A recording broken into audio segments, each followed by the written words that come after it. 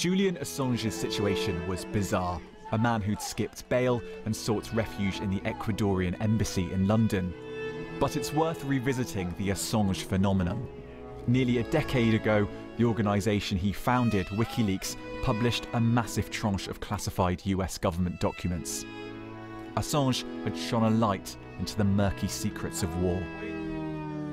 7 years later, he was carried out of the Ecuadorian embassy, an undignified end to years of diplomatic house arrest. Mr. Assange will now have the opportunity to contest the charge against him in open court and to have any extradition request considered by the judiciary. The Ecuadorian government had had enough of him, not helped by recent WikiLeaks publication of leaked documents from the Vatican. Mr. Assange will now fight extradition to the US. It's worth taking a moment to remember why. In 2010, after several high-profile leaks from the US military, WikiLeaks decided to publish a huge data release of classified information, given to the organisation by whistleblower Chelsea Manning. Karen von Hippel was working for the State Department at the time. There was a huge panic when people found out that the cables were going to be released. All these subcommittees were set up to read through and try to figure out, how to respond to it. Everyone was very nervous. They were nervous about sources and methods, about people potentially being hurt because they were talking to the US government. For supporters of Assange, though, it was a simple case of public interest journalism. I think WikiLeaks was changing the world in 2010, 2011. Not only were they bringing forward information of undoubted public interest, it has significantly expanded public understanding of diplomacy and the way the world works, but behind the scenes. For his loyal supporters, this was an act that would solicit revenge from the US. In 2012, the UK Supreme Court ruled that Mr. Assange should be extradited to Sweden to face questions over rape allegations he denies. Hanging over him was extradition to Sweden and potentially the US. The difficulty with Julian Assange's case is that there has always been a sense from the very beginning that the United States wanted him. And one of the things that has affected both the issue with regard to Sweden and subsequently has been his resistance to being taken to America to be put on trial by people, significant political figures who described him as a terrorist. In 2016, Hillary Clinton's campaign was rocked by embarrassing leaks published by, yes, WikiLeaks. By this point, even some of Assange's supporters were worried that WikiLeaks was playing into the hands of Trump. The other flashpoint was 2016. As it happens, I think there's a pretty good case for publishing the documents WikiLeaks did during the US presidential election. Clearly in the public interest, lots of US media organizations, other media organizations were very happy to report on them. What made things much more difficult, in my opinion, was some of the online presentation around it and the impression that WikiLeaks was happy to accept the praise and maybe promote elements in the American far right. Others ask why WikiLeaks is so obsessed with America over other powerful countries. It has not attacked, let's just say, China and Russia in the same way, although I can imagine they may have had access to similar personal and private or secure information from those countries. It's sort of interesting that it's all coming from the United States. And of course, as we know from the 2016 elections, that they were targeting Hillary Clinton and not Donald Trump. In many ways, Julian Assange's legal battle, a battle that has already lasted 7 years, has only just begun. But with so much media scrutiny, his former lawyer believes he'd struggle to get a fair trial in the States. Whether he could get a fair trial in the United States tomorrow or next month or next year is highly questionable. And so the British courts are going to have to make very careful decisions about all of this. In the end, he did not walk out. The police walked in at the Ecuadorian's request. 7 years self-imposed carry-on concluding in an angry carry-out. No one is above the law. Julian Assange is no hero. He is hidden from the truth for years and years. And it is right that his future should be decided in the British judicial system. But he knows the real issue's international. The police soon said Mr. Assange had been further arrested in connection with a US warrant for computer-related offences. However, Ecuador's president insists there's a deal. The UK can arrest Julian Assange, but not send him on to any country which tortures or executes prisoners, i.e. the USA.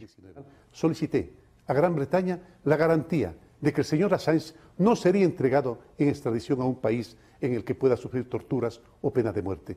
El gobierno británico lo ha confirmado por escrito, en cumplimiento de sus propias normas. Foreign Minister Alan Duncan later confirmed the UK has agreed this deal. Ecuador's government accusing Mr. Assange of breaching their trust in him in a variety of ways. Here's one. Toleraron cosas como que el señor Assange. They tolerated things like Mr. Assange smearing feces on the embassy walls and other behaviour like this. Mr. Assange jumped bail 7 years ago in 2012 seeking refuge in the Ecuadorian embassy. And why? Because he was wanted then in Sweden for alleged rape and sexual assault, which he denies. The charges were later dropped. But Mr. Assange feared Sweden would send him on to the USA. And America's interest lies in a vast slew of confidential military documents WikiLeaks has released down the years. America claims the caches of videos, secret emails were stolen. They accuse Mr. Assange of conspiring with whistleblower Chelsea Manning to break into secret US military computers. Julian Assange is not being pursued to protect US national security. He is being pursued because he has exposed wrongdoing by US administrations and their military forces. WikiLeaks uncovered an extensive spying operation against Julian Assange within the Ecuadorian embassy. All of which explains perhaps yesterday's sudden press conference in London by WikiLeaks and Mr. Assange's lawyer. Dripping with irony, here was WikiLeaks, yes WikiLeaks, complaining about an invasion of privacy. Since Lenin Moreno took power, that Julian Assange has been living in a sort of a Truman Show-like situation inside the embassy. It has been a total invasion of his privacy. Meetings with his lawyers, supporters, his doctor, covertly taped and videoed, they said. And they allege the Ecuadorians sent this material to the Americans. WikiLeaks. It's been amazing what's coming out on WikiLeaks. Did you see another one? Another one came in today.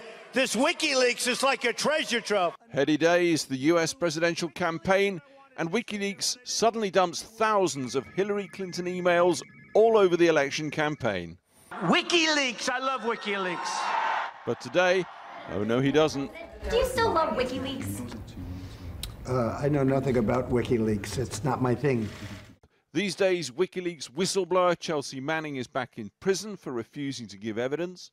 President Trump has Robert Mueller's still secret report investigating alleged links between WikiLeaks and Russian hackers. And last year's sealed indictment against Mr. Assange is sealed no longer. Few divide opinions like Mr. Assange and WikiLeaks, crusading fearless publisher or handler of stolen goods. Today the Ecuadorians just got themselves off a massive hook, and the British just got themselves on one. Honour their deal with Ecuador or kowtow to America. Well, now joining us from central London is Julian Assange's lawyer, Jen Robinson. Jen Robinson, it's a long journey between arrest and actually getting to the United States. I mean, will the British authorities cut short their interest in Julian Assange, do you imagine? Look, it seems that we've got a provisional extradition request from the United States. They're seeking his extradition and prosecution for his publishing activities with WikiLeaks. And it remains to be seen. We'll be back in court in the next month to see what the US is going to request him for. We certainly do not think that the British government ought to be extraditing a publisher for having published truthful information, and no democratic government ought to be complying with such a request. Well, now, he skipped bail here originally over charges involving sexual abuse in Sweden. Presumably Sweden has no interest at all, and that now is dead. First of all, there were no charges in Sweden. It was a preliminary investigation in which he was never charged. That investigation was closed. This case has always been about, and his concern in seeking asylum in the embassy was always about the risk of extradition to the United States. Today, that concern that we've been warning about since 2010 has unfortunately been proven correct. So we don't expect there to be further information from Sweden. As far as we understand, that case has been closed. We would fight it, and his Swedish Defence Counsel is confident of having a strong defence in that case. The key concern now is, as it has always been, is the United States. Well, extradition is a big number. I mean, is it something you can win, or is it an inevitability? It remains to be seen. We will be fighting this extradition request. This raises key free speech concerns and ought to be a matter of concern for all media organisations and journalists outside of the United States. This effectively means that if you receive information from a source and you publish truthful information about the United States, then you could face extradition and prosecution in the United States. That's a terrifying precedent, and this is one that all of the media ought to be standing against. But of course, the United States sees it rather differently, don't they? They're absolutely furious about the scale of what they regard as really deeply secret issues have been leaked. What they're furious about is having revealed for having engaged in war crimes, in human rights abuse and about corruption. Those are public interest disclosures for which WikiLeaks has won numerous journalism awards, including the Amnesty Award, including the Economist New Media Award, including the Most Outstanding Contribution to Journalism in Australia Award. This is a free speech issue, and all of the media organisations who also publish Chelsea Manning's material ought to be very concerned about this precedent and ought to be standing up for the people that made those publications possible. But there are other issues. The emails leaked during the 2016, indeed particularly the Hillary Clinton's emails during the 2016 Democratic election. That is a separate publication for which there has been no indictment and has no connection whatsoever with the extradition request that's made today. The extradition request from the United States relates solely to the material that was released by Chelsea Manning in 2010. That's material that was published, I believe, including by Channel 4, including by The Guardian, Le Monde, Der Spiegel, El País, and newspapers around the world, including in the United States. So this is a very serious matter for press freedom. Well, Jen Robinson, thank you very much indeed for joining us. We'll be watching developments with great interest. Thank you. After being holed up, and thank you, in the Ecuadorian embassy for the past 7 years, WikiLeaks founder Julian Assange has been arrested. He faces charges in the U.S. for conspiring to hack into a classified government computer. WikiLeaks tweeted that he's won dozens of journalism awards, nominated for a Nobel Prize every year since 2010, and this is just a campaign by the CIA to delegitimize and dehumanize him. I was almost said dehumidify him. That would be a good idea, actually. He's quite the human. You know, so what do you think it is? Why is this happening? Did he break the law? Was it a problem? Well, remember what he did originally. Yeah, tell. Well, he hacked into the Democrats' computers and helped Trump get elected, basically, by exposing Podesta's emails, and then Comey went after Hillary. And remember that? And that's why Trump won, basically. But he's been doing it since 2010, as far as I know. And that's when Trump, in an interview back in 2010, said that he hated this guy and that he thought that he would deserve the death penalty along those lines. Then in 2016, when it was hacking the DNC, he promoted him, said that he loved WikiLeaks, and basically promoting the information he was sharing about. So if it works for him, he loves it. If it doesn't work for him, he doesn't like it. But here's the weird thing, though, is even after praising him, it was under the Trump administration, the DOJ, in 2017, that prosecuted Julian Assange. Obama and Holder could have done that the year before, and they punted it. So that's where I get confused, is where you hear from Trump praising the guy, and then under his administration, they're the ones that actually prosecuted him. The politics of this have always been completely hypocritical on both sides. Eric Holder, under Obama, decided against pursuing persecution of Assange, of concerns that WikiLeaks was, quote, a journalistic organization that would raise First Amendment issues. Chelsea Manning was granted clemency. Chelsea Manning in 2010 released 750,000 classified and sensitive military documents that put our national security at risk. Under the Obama administration, she was given clemency. This is something that a lot of people who have put national security at first, I put myself in that category, have been warning about and warning about and warning about. And the only time the Democrats started caring is when it started affecting them politically, and Hillary Clinton's emails were released, and John Podesta's emails were released. Does and anybody, so what's going to happen with him? That's my question. So here's the biggest problem. I hope he rots in hell, starting with that. Well, can I weigh in? Go ahead. Yeah. You know, I think that if you have a problem with Julian Assange and what he released in terms of national security, then you need to have a problem with the Pentagon Papers. You need to have a problem with the Panama Papers. You need to have a problem with the Iraq and Afghanistan war logs being released, because those items being released, I think, protected our democracy. And the reason that the Obama administration and Eric Holder decided not to punt, but decided that our Constitution protected Julian Assange is because our Constitution does protect Julian Assange. Because our Constitution... I'm sorry, I got to push back hard on this. You can push back after I'm finished speaking. The Constitution protects freedom of the press.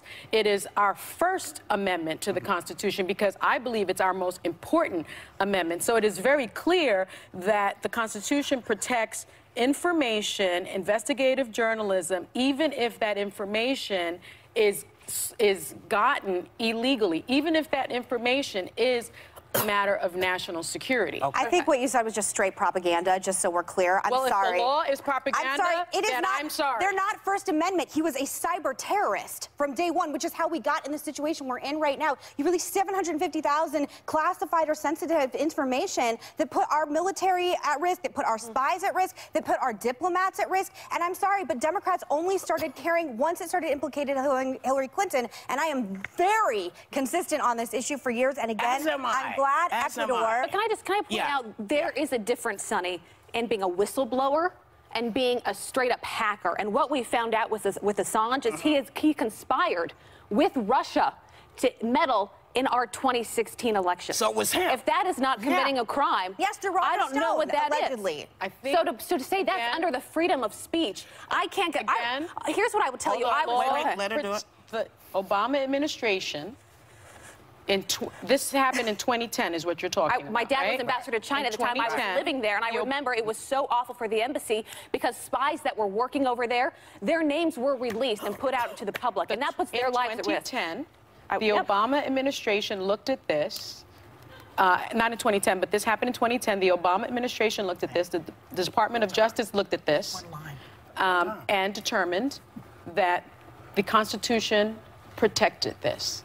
It's cyber terrorism. A group of lawyers. It is cyber Whatever terrorism. it is. Clarify something from Hot Topics. Julian Assange has been accused of leaking hacked emails from the DNC, not hacking them himself, okay?